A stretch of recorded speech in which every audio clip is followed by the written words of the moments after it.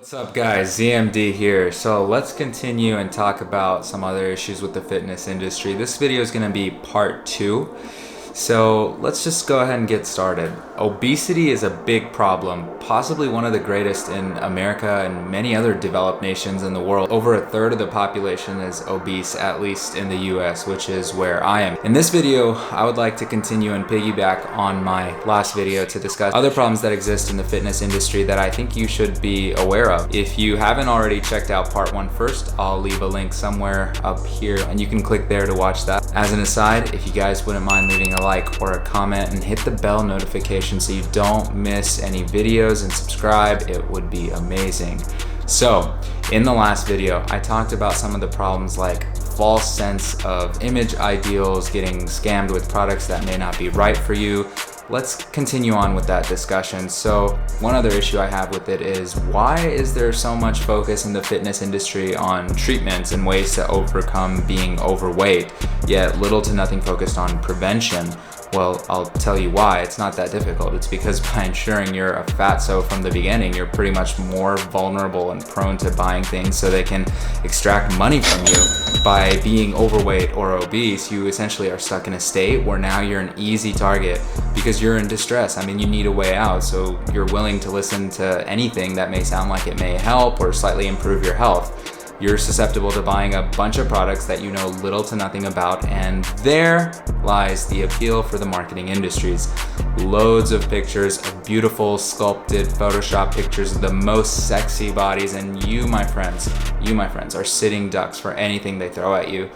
There isn't really any real focus on prevention because for that audience, it's a much tougher sell. It's a much more difficult thing to try to market a product for someone who doesn't know or think that they need that thing. Also, the lack of regulation on sold products over the counter can be a big problem. Often supplements with limited or worse yet, even falsified research are pushed by big names all the time. Just throw a nice sexy logo with a tagline, something along the lines of double your deadlift in 1 week, and man, people jump on it.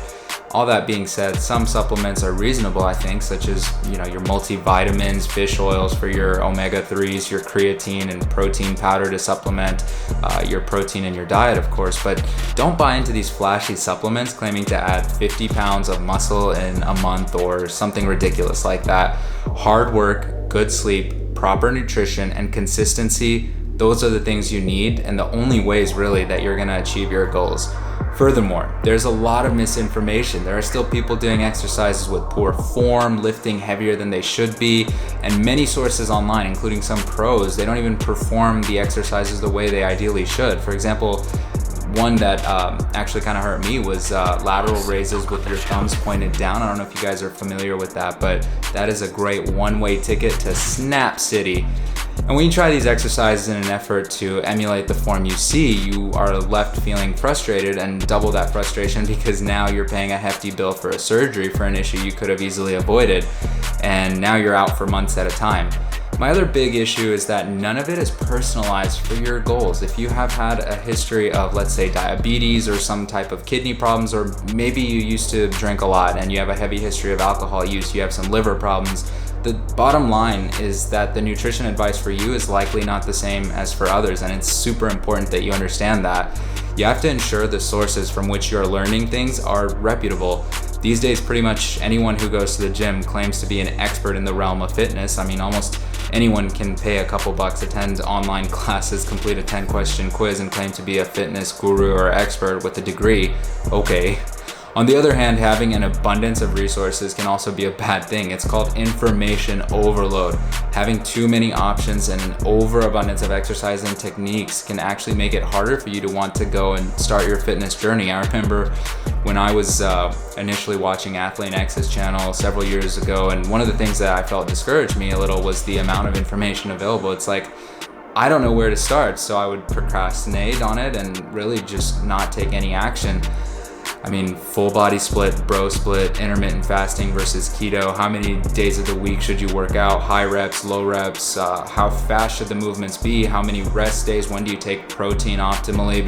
Is it before my workout? If so, how before are we talking? Are we talking 5 minutes? Are we talking 15 minutes? Are we talking 2 minutes and 47 seconds? Is it during the workout? Is it after the workout? When after? I mean, it can drive you crazy. In addition, we have so many influencers taking steroids that are not so honest about their use, and then they go develop these courses using fad diets and blissful mega yoga veganism plans down your throat to cash in a fat check, when really most of their results that they achieved are highly helped from enhanced drugs. These issues on social media have contributed to the developing mental health crisis that currently exists, including bigorexia and body dysmorphia. If you look at Google trend keywords such as like steroid cycles and anavar, bigorexia, or even just posts on Reddit, I mean, these things are being searched at higher rates than ever before. My other problem is that by you seeing these so-called real results of your fitness heroes, you will inevitably be led to disappointment when you realize many people will have a limited rate and total amount of muscle they can pack on naturally and actually remain healthy doing so. Having unrealistic goals is only going to further cause more frustration. And this is not to mention the injuries that will come from always feeling the need to ego lift and trying heavier weights than you can handle, as you see your heroes doing. And so often people are concerned with lifting a specific amount over the concentric and eccentric phase of the movement and truly developing that mind-muscle-body connection that is necessary to really train properly. One of the most ripped guys that I know actually only does bodyweight exercises and calisthenics. So don't worry about seeing your heroes lifting 150-pound dumbbells with their index fingers in their sleep, because I can guarantee you there's a lot more going on behind the scenes than you probably realize.